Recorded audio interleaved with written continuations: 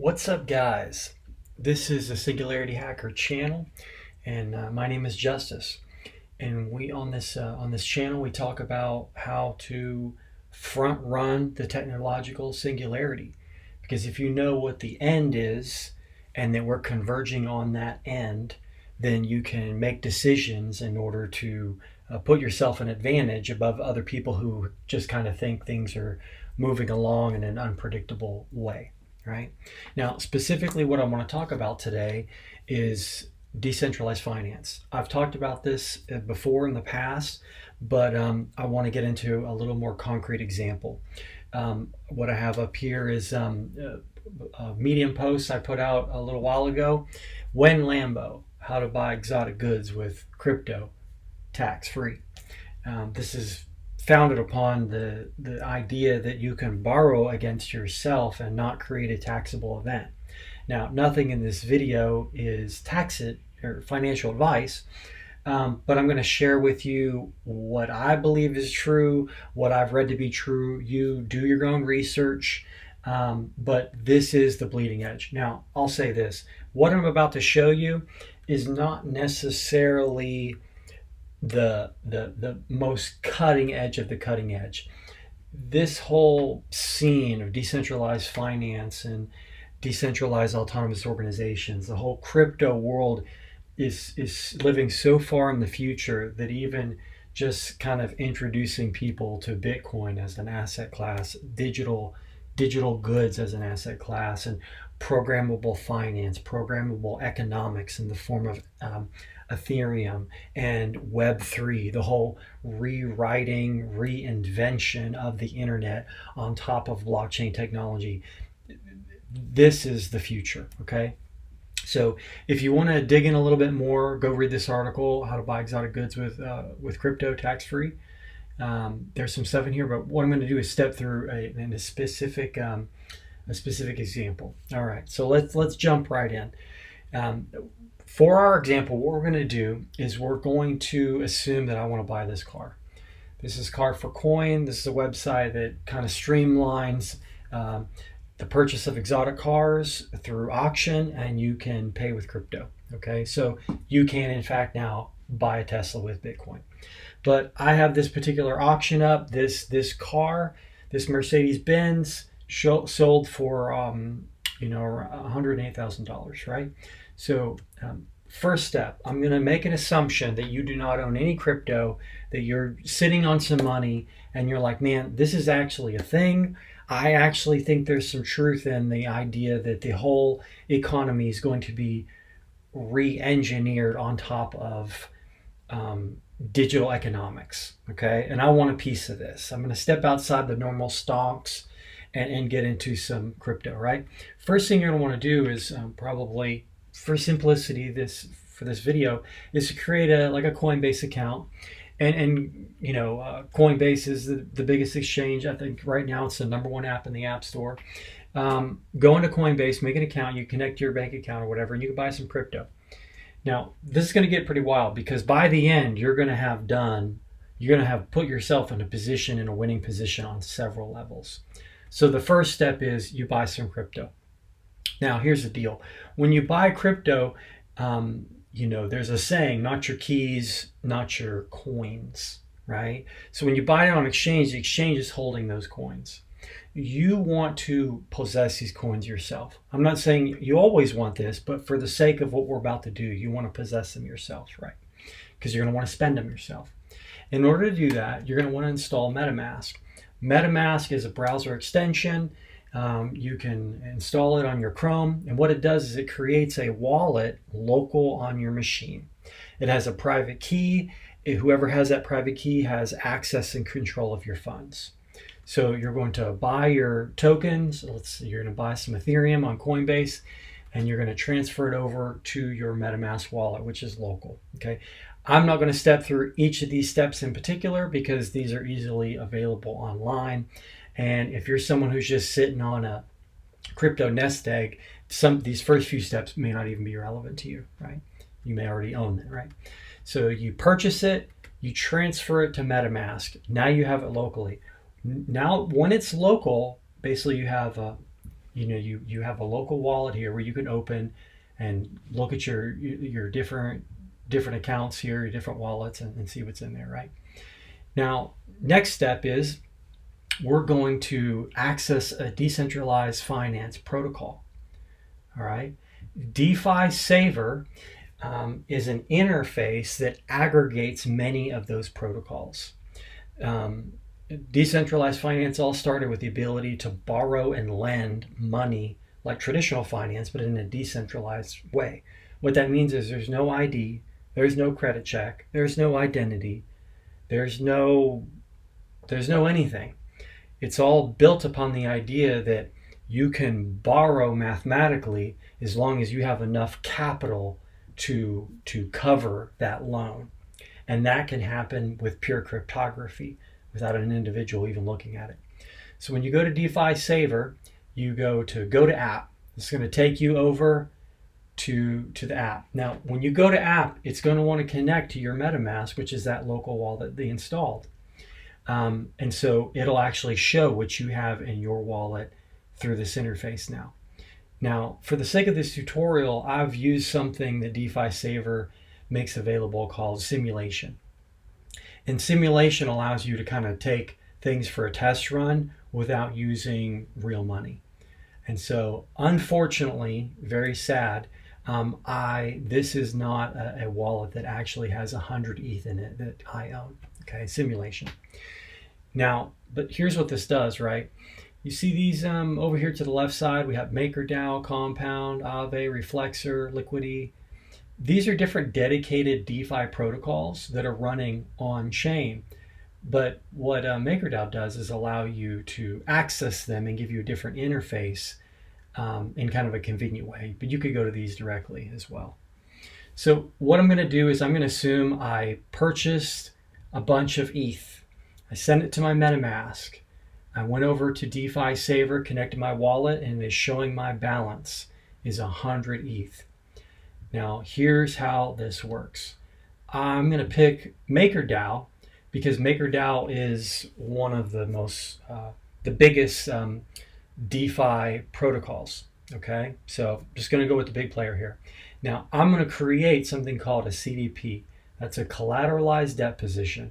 This is the way borrowing and lending works in DeFi. The way it works is, imagine if you have $1 million, you could easily borrow 100,000 with that million as collateral. Well, that's the basis of these loans, right? So what this CDP is, it's going to make a smart contract. A smart contract is like a cryptographic savings account or bank account that literally no one can access, no one can manipulate except for the person with the key. And the person with the key is the only person who's created it. It's connected to the wallet. So I'm going to create a CDP and I'm going to put in, let's see, I'm going to put in 250. No, it only gave me 100 ETH, so I'll just put in half. I'll put in 50. Now I'll put in, I'll put in I'll put in 95 of my 100 ETH. All right. Now, the way this works is it's going to allow me, based upon my collateral, to borrow. All right. Now I'm going to go in here and hit create. So there's a fee associated with running this transaction. Okay. So I'm going to hit accept and accept.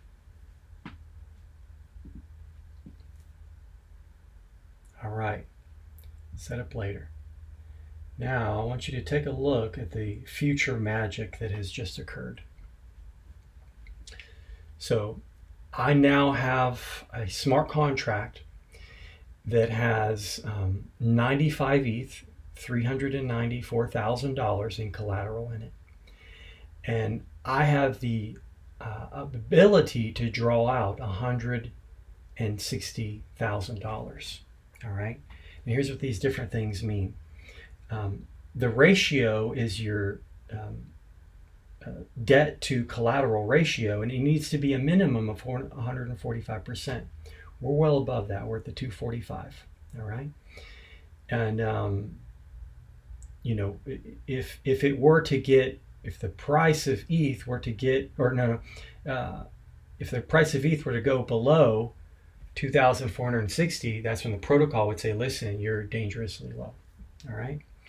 So what we can do, and this is the really crazy part, is I can come over here to automate, and I can set up automation such that if the ratio gets low, it'll automatically sell some ETH to keep it solvent. But if the price of ETH goes high, it will automatically borrow against the capital, buy more ETH, and put me in a leveraged position in order to be always getting as much return as I can upside from the price of from the increasing price of ETH. So it looks like here it's saying that this feature is unavailable in simulation, right? But if this wasn't a simulation, I would be able to set up this automation. All right. Now, if this were not a simulation right now, what would have happened when I deposited is immediately 161,000 in DAI would have been sent directly into my local MetaMask wallet. Because of the simulation, that didn't happen. If it did, then I'd be running these simulations all day. Now, to explain a little bit, DAI is a stable coin. It's pegged to the dollar. So effectively, I've just borrowed $160,000 against my collateral of ETH. So the next step at this point, because I want to buy this car, is I can either go and bid on this car directly and offer to pay in DAI, and I can send it directly from my wallet. Another option would be I can send the DAI that I've just borrowed back to my Coinbase account, and Coinbase has a debit card which you can spend directly from DAI on that debit card. And so I could come here, and instead of paying in DAI, I could go to here or any other website and spend directly from that card. Now, this is this is the whole summation of what we've just done and stepped through here. Is that one, I've exposed myself to the greatest technological development since the internet, crypto, the entire crypto revolution, the rewrite of the internet, okay? Programmable coordination of the 21st century, all right? So I've exposed myself to massive upside. Two, I'm also able to enjoy the fruits of my labor with this new car. That's going to feel good. Having a few $100,000 in crypto while driving this car, it's going to feel pretty boss. Okay. Three, I've set up automation such that now every time the price of ETH goes up, I maintain a leverage position, and that'll actually show your earnings down here as that price changes, and that automation keeps you leveraged without risk of getting liquidated, because if the price drops, then it'll just sell off to repay some of that debt. So this is a money printing machine. Okay, so one, invested in the future. Two, I'm driving this new car. Three, I got a money printing robot with this smart contract. And then lastly, I've prepared for crypto winter. One thing's for certain, all of crypto is ebbs and flows. There's booms and busts, the bull and the bear. And a lot of the regret from many people is that they didn't take profits during the bull. And I used to subscribe to this. I said, I'm in this for the long term. I don't take profits. I'm in it for the long term. Here's the problem with that mentality. You don't have any money to buy the dip. Next time when the market does a downturn, from whence do you draw to buy it if you're 100% in crypto and you never touch it, right? And so that's the last benefit of this is, let's say, a year from now, there's a massive dip. You are sitting on a $100,000 car. It certainly hasn't dropped in value as much as crypto has during dramatic downturns. You can flip this, buy the dip, take that money, throw it into this same CDP, this same smart contract, okay, and do it all over again. So this is a kind of a quick run through of the possibility of this. This did not require a bank, credit approval, credit history, identity, anything, and we've done it in such a way that we're fully tax advantaged. Not only is it not taxable event for you to spend money that you've borrowed against yourself, if you spend it on an investment and that investment drops, then that's a tax write-off as well. So I hope this is helpful. If you want more information or a hands-on walkthrough, I certainly am here to help. Just reach out to Car for Coin. I'm here to assist any of their customers to step through this stuff. I haven't showed my own personal smart contracts for just safety and private reasons, but the simulation, I think, gives you an idea of what's possible. So until next time, peace out.